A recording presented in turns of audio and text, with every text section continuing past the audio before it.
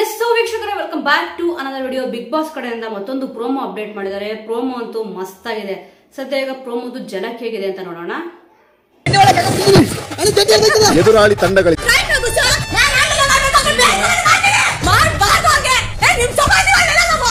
S so ವೀಕ್ಷಕರೇ, ನೋಡಿದ್ರಲ್ಲ promo ಅಂತೂ ಬಹಳ ಅದ್ಭುತವಾಗಿದೆ. ಸದ್ಯ ಈಗ ಬಿಗ್ ಬಾಸ್ ಮನೆಯಲ್ಲಿ 3 ತಂಡಗಳಾಗಿ ವಿಂಗಡಣೆ ಆಗಿದ್ದಾರೆ. ಈಗ ನಾಣ್ಯಗಳನ್ನ ಕೊಟ್ಟಿದ್ದಾರೆ, ಅದನ್ನ ಕಾಪಾಡ್ಕೋಬೇಕು. ಈಗ ಯಾರು ಮೋಸ್ಟ್ಲಿ ಇದೊಂದು ಕ್ಯಾಪ್ಟನ್ಸಿ ಟಾಸ್ಕ್ ಇರಬಹುದು ಅಂತ ಅಂದ್ಬಿಟ್ಟು ಅನ್ಕೊಂಡಿದೀನಿ. ಏನಕ್ಕೆ ಅಂತಂದ್ರೆ ಇವಾಗ ಅವ್ರು ಏನ್ ನಾಣ್ಯ ಕೊಟ್ಟಿದ್ದಾರೆ, ಯಾರ ಹತ್ರ ಇವಾಗ ನಾಣ್ಯಗಳು ಜಾಸ್ತಿ ಉಳ್ಕೊಳುತ್ತೋ ಅವರು ಹೈಯೆಸ್ಟ್ ನಾಣ್ಯ ಕಲೆಕ್ಟ್ ಮಾಡಿರ್ತಾರೋ ಅವರು ಕ್ಯಾಪ್ಟನ್ ಆಗ್ಬೋದು ಈ ವಾರ ಅಂತ ಅಂದ್ಬಿಟ್ಟು ಅನ್ಕೊಂಡಿದೀನಿ. ಫಸ್ಟ್ ಮೊದಲನೇ ವಾರದ ಕ್ಯಾಪ್ಟನ್ಸಿ, ಇವಾಗ 3 ವಾರ ಏನಾಗಿದೆ, 3 ವಾರ ಕೂಡ ಇಲ್ಲಿ ಕ್ಯಾಪ್ಟನ್ಸಿ ಟಾಸ್ಕ್ ಇರಲಿಲ್ಲ. ಇದು ಮೊದಲನೇ ಕ್ಯಾಪ್ಟನ್ಸಿ ಟಾಸ್ಕ್ ಇರಬಹುದು ಅಂತ ಅಂದ್ಬಿಟ್ಟು ಅನಿಸ್ತದೆ. ಪ್ರೋಮೋ ಅಂತೂ ಬಹಳ ಅದ್ಭುತವಾಗಿದೆ. ಎಲ್ಲರೂ ಕೂಡ ಇಲ್ಲಿ ಒಬ್ರಿಗೊಬ್ರು ಹೊಡೆದಾಡ್ಕೊಂಡು ಜಗಳ ಆಡ್ತಿದ್ರೆ. ಆಲ್ಮೋಸ್ಟ್ ಮ್ಯಾನ್ ಹ್ಯಾಂಡ್ಲಿಂಗ್ ಅಂತ ಅಂತಾರಲ್ಲ, ಇವಾಗ ಇಲ್ಲಿ ಮ್ಯಾನ್ ಹ್ಯಾಂಡ್ಲಿಂಗ್ ಕೂಡ ಸ್ಟಾರ್ಟ್ ಆಗಿದೆ. ಏನಕ್ಕೆ ಅಂತಂದ್ರೆ ಇಲ್ಲಿ ನೀವು ನೋಡಬಹುದು, ಆಲ್ಮೋಸ್ಟ್ ರಘು ಅವರು ಸಿಕ್ಕಾಪಟ್ಟೆ ರೊಚ್ಚಿಗೆದ್ದಿದ್ದಾರೆ. ಇಲ್ಲಿ ಗಿಲ್ಲಿ ಅವರು ಕೂಡ ಅಷ್ಟೇ, ಚಂದ್ರಪ್ರಭಾ ಅವರು ಕೂಡ ಅಷ್ಟೇ, ಹುಡುಗಿರು ಕೂಡ ಏನೂ ಕಮ್ಮಿ ಇಲ್ಲ. ಆಲ್ಮೋಸ್ಟ್ ಇಲ್ಲಿ ರಿಷಾ ಕೂಡ ಅವರತ್ತು ಸಿಕ್ಕಾಪಟ್ಟೆ ರೊಚ್ಚಿಗೆದ್ದಿದ್ದಾರೆ. ಏನಕ್ಕೆ ಅಂತಂದ್ರೆ ಇವ್ರು ಹೇಳ್ತಾರೆ, ಮ್ಯಾನ್ ಹ್ಯಾಂಡ್ಲಿಂಗ್ ಮಾಡ್ಬೇಕು ಅಂತ ಅಂದ್ರೆ ಬೇರೆ ತರನೇ ಮಾಡ್ತೀನಿ ಅಂತ ಅಂದ್ಬಿಟ್ಟು ಇಲ್ಲಿ ಹೇಳಿದ್ರು.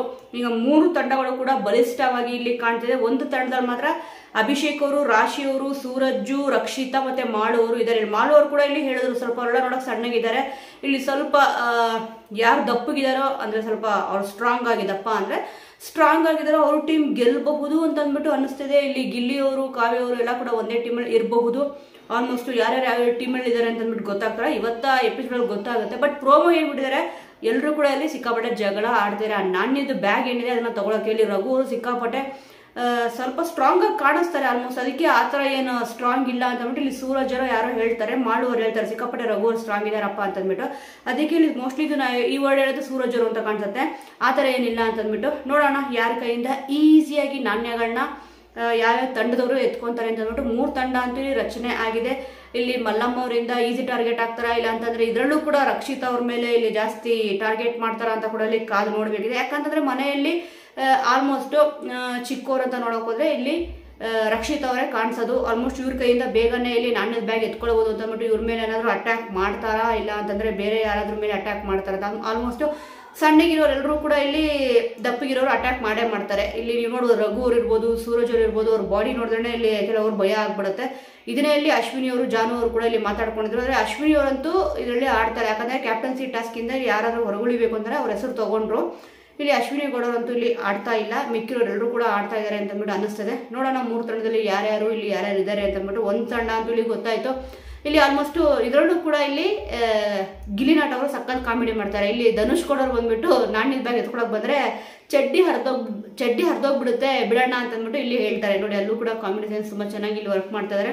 ಯಾರ ಹತ್ರ ನಿಜವಾಗ್ಲೂ ಕೂಡ ಇವ್ರು ಆಡ್ತಿರೋ ತುಂಬಾ ಚೆನ್ನಾಗಿ ಪರ್ಫೆಕ್ಟ್ ಆಗಿದೆ. ಇಲ್ಲಿ ಮನ್ಸಿಗೂ ಕೂಡ ಹರ್ಟ್ ಆಗಬಾರ್ದು, ಗೇಮ್ ರೀತಿಲಿ ಆಡಬೇಕು. ಪ್ರತಿಯೊಬ್ಬರಿಗೂ ಕೂಡ ಇಲ್ಲಿ ಇದ್ದೇ ಇರುತ್ತೆ, ನಾನು ಕ್ಯಾಪ್ಟನ್ ಆಗ್ಲೇಬೇಕು, ಒಂದು ಇಮ್ಯುನಿಟಿ ಅಂತೂ ಸಿಕ್ಕುತ್ತೆ 100% ಆಗಿ. ಯಾಕಂದ್ರೆ 3 ವಾರ ಅಂತೂ ಇಲ್ಲಿ ಕ್ಯಾಪ್ಟನ್ಸಿಗೆ ಯಾವ ಒಂದು ಟಾಸ್ಕ್ ಕೂಡ ಇಲ್ಲಿ ಆಡ್ಸಿಲ್ಲ. ಇದು ಮೊದಲನೇ ಟಾಸ್ಕ್. ಸಿಕ್ಕಾಪಟ್ಟೆ ಎಂಜಾಯ್ ಮಾಡ್ಕೊಂಡು ಆಡ್ಬೇಕು, ಬಟ್ ಎಂಜಾಯ್ ಮಾಡ್ತಿರೋ ತರ ಕಾಣಿಸ್ತಾರೆ. ಗಿಲ್ಲಿ ಅವ್ರು ಮಾತ್ರ ಸ್ವಲ್ಪ ಎಂಜಾಯ್ ಮಾಡ್ಕೊಂಡು ಆಡ್ತಾ ಇದಾರೆ.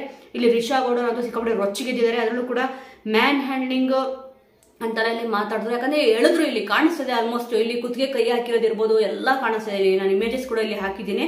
ನೋಡೋಣ ಯಾರು ಗೆದ್ದಿರ್ತಾರೆ ಅಂತ ಅಂದ್ಬಿಟ್ಟು. ಹುಡುಗಿ ಯಾರಾದ್ರೂ ಇಲ್ಲಿ ಕ್ಯಾಪ್ಟನ್ ಆಗ್ತಾರಾ ಅಥವಾ ಹುಡುಗ ಯಾರಾದ್ರೂ ಇಲ್ಲಿ ಕ್ಯಾಪ್ಟನ್ ಆಗ್ತಾರಾ ಅಂತ ಅಂದ್ಬಿಟ್ಟು ಕಾದು ನೋಡ್ಬೇಕಿದೆ. ಕಳೆದ ಸೀಸನ್ ನೋಡಕ್ ಹೋದ್ರೆ ಇಲ್ಲಿ ಫಸ್ಟ್ ಹಂಸ ಅವರು ಕ್ಯಾಪ್ಟನ್ ಆಗಿದ್ರು. ಅದೇ ಬಿಗ್ ಬಾಸ್ ಸೀಸನ್ 11 ಮೊದಲನೇ ಕ್ಯಾಪ್ಟನ್ ಯಾರಪ್ಪ ಅಂತಂದ್ರೆ ಹಂಸ ಅವರಾಗಿದ್ರು. ಇವಾಗ ಬಿಗ್ ಬಾಸ್ ಸೀಸನ್ 12ರ ಮೊದಲನೇ ಕ್ಯಾಪ್ಟನ್ ಯಾರು ಆಗಬಹುದು, ಯಾರಿಗೆ ಅಧಿಕಾರ ಸಿಗಬಹುದು ಅಂತ ಅಂದ್ಬಿಟ್ಟು ಕಾದು ನೋಡೋಣ. ವೀಕ್ಷಕರೇ, ಪ್ರೋಮೋ ನೋಡಿ ನಿಮಗೇನು ಅನಿಸ್ತು? ಇವಾಗ 4ನೇ ವಾರಕ್ಕೆ ಕಾಲಿಟ್ಟಿದೆ. ಸಪ್ಪ ಇಲ್ಲಿ ಎಂಜಾಯ್ಮೆಂಟ್ ಕೂಡ ಇದೆ, ಸ್ವಲ್ಪ ಬೇಜಾರು ಕೂಡ ಇಲ್ಲಿ ಆಗ್ತಿದೆ. ಯಾಕಂದ್ರೆ ಮ್ಯಾನ್ ಹ್ಯಾಂಡ್ಲಿಂಗ್ ಆಯ್ತು ಅಂತ ಅಂದ್ಬಿಟ್ಟು ಇಲ್ಲಿ ರಿಷಾ ಗೌಡ ಅವರು ಕೂಡ ಇಲ್ಲಿ ಹೇಳಿದ್ರೆ. ಯಾಕಂದ್ರೆ ನಾನೇ ಎತ್ಕೋಬೇಕು ಅಂತಂದ್ರೆ ಆಲ್ಮೋಸ್ಟ್ ಎಳೆಯೋದು ಮತ್ತೆ ಇಲ್ಲಿ ಜಗಳ ಆಡೋದು, ಮನಸ್ತಾಪಗಳಂತೂ ಬಂದೇ ಬರುತ್ತೆ. ಗೇಮ್ ಅಂತ ಬಂತು ಅಂತಂದ್ರೆ 100% ಮನಸ್ತಾಪಗಳು ಬಂದೇ ಬರುತ್ತೆ. ಇವಾಗ ಸ್ವಲ್ಪ ಜನಕ್ಕೆ ಇಲ್ಲಿ ಮನಸ್ತಾಪಗಳು ಕೂಡ ಇಲ್ಲಿ ಆಗಿದೆ. ಇಲ್ಲಿ ನಗನಗುತ್ತಾ ಆಟ ಆಡ್ಕೊಂಡು ನಾನು ಗೆಲ್ತೀನಿ ಅಂದ್ರೆ ಆಗಲ್ಲ.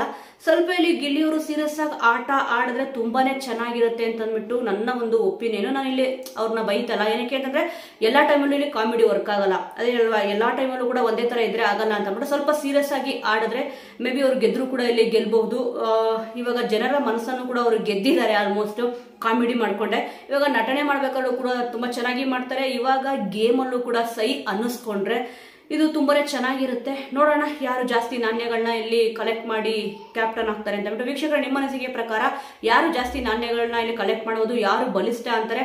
ಯಾಕಂದ್ರೆ ಕೆಲವೊಮ್ಮೆ ಇಲ್ಲಿ ಥಿಂಕ್ ಸ್ಮಾರ್ಟ್ ಅಂತ ಹೇಳ್ತಾರ, ಸ್ಮಾರ್ಟ್ ಆಗಿ ಥಿಂಕ್ ಮಾಡಿ ಇಲ್ಲಿ ಯಾರನ್ನೂ ಕೂಡ ಮನಸ್ಸು ನೋಯಿಸದೆ ಕೂಡ ಇಲ್ಲಿ ನಾಣ್ಯಗಳನ್ನ ಕಲೆಕ್ಟ್ ಮಾಡಬಹುದು. ಯಾವ ರೀತಿ ಕಲೆಕ್ಟ್ ಮಾಡ್ತಾರೆ ಯಾಕಂತಂದ್ರೆ ಲಾಸ್ಟ್ ಸೀಸನ್ ನಲ್ಲಿ ತಗೊಳಕ್ ಹೋದ್ರೆ ಇಲ್ಲಿ ಐಶ್ವರ್ಯ ಅವ್ರದ್ದು ಚೈತ್ರ ಕುಂದಾಪುರ ಅವರು ಈಸಿಯಾಗಿ ಆ ಒಂದು ಪೌಚ್ನ ಇಲ್ಲಿ ಎತ್ತಿದ್ರು. ಅಂದ್ರೆ ನೋವು ಕೂಡ ಮಾಡಿರ್ಲಿಲ್ಲ, ಏನೂ ಕೂಡ ಇರ್ಲಿಲ್ಲ, ಮಾರ್ಸ್ಬಿಟ್ಟು ಎತ್ತಿದ್ರು.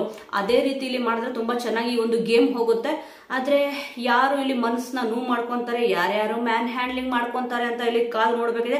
ಸದ್ಯ ಈಗ ಪ್ರೋಮೋದಲ್ಲಿ ಬಿಟ್ಟಿರೋ ಪ್ರಕಾರ ಒಂದು ಬ್ಯಾಗ್ ಅಂತೂ ಇಲ್ಲಿ ರಘು ಅವರು ಎತ್ಕೊಂಡಿದ್ದಾರೆ. ಇನ್ನು ಸೂರಜ್ ಅವರು ಯಾವ ರೀತಿ ಫೈಟ್ ಕೊಡ್ತಾರೆ, ರಿಷಾ ಗೌಡ್ ಅವರು ಇರ್ಬೋದು, ಮಿಕ್ಕಿರೋ ಎಲ್ಲಾ ಸ್ಪರ್ಧಿಗಳು ಕೂಡ ಇಲ್ಲಿ ಬಲಿಷ್ಠವಾಗಿ ಇಲ್ಲಿ ಕಾಣ್ತಿದ್ದಾರೆ. ಮಾಲು ಅವರು ಕೂಡ ಇಲ್ಲಿ ಬಲಿಷ್ಠವಾಗಿ ಇದ್ದಾರೆ. ಆಲ್ಮೋಸ್ಟ್ ಸಣ್ಣಗಿದ್ದಾರೆ ಅಂತ ಅಂದಿದ ತಕ್ಷಣ ಅವ್ರ ಶಕ್ತಿ ಇಲ್ಲ ಅಂತ ಅಲ್ಲ, ಅವರು ಕೂಡ ಒಂದು ಗೇಮ್ ನೋಡಿರ್ತಾರೆ, ತುಂಬಾ ಚೆನ್ನಾಗಿ ಆಡ್ಕೊಂಡ್ ಬಂದಿದ್ದಾರೆ. ಇಲ್ಲಿ ಹಗ್ಗನ ಸುತ್ತೋದಿರ್ಬೋದು, ತುಂಬಾ ಚೆನ್ನಾಗಿ ಆಟ ಆಡಿಸಿದ್ರು. ಇಲ್ಲೂ ಕೂಡ ಸ್ವಲ್ಪ ಸ್ಮಾರ್ಟ್ ಆಗಿ ಥಿಂಕ್ ಮಾಡ್ಬೇಕಾಗಿದೆ. ಇಲ್ಲಿ ಧನುಷ್ ಗೌಡ ಅವರಂತೂ ಸಿಕ್ಕಾಪಟ್ಟೆ ಬಲಿಷ್ಠವಾಗಿ ಕಾಣಿಸ್ತಾರೆ. ಮತ್ತೆ ಕಾಕ್ರೋ ಸುದ್ದಿ ಅವರು, ಪ್ರತಿಯೊಬ್ರು ಕೂಡ ಹುಡುಗರು ಯಾವ ರೀತಿ ಆಡ್ತಾರೆ, ಹುಡುಗಿರು ಯಾವ ರೀತಿ ಆಡ್ತಾರೆ ಅಂತ ಅಂದ್ಬಿಟ್ಟು ಕಾದು ನೋಡೋಣ.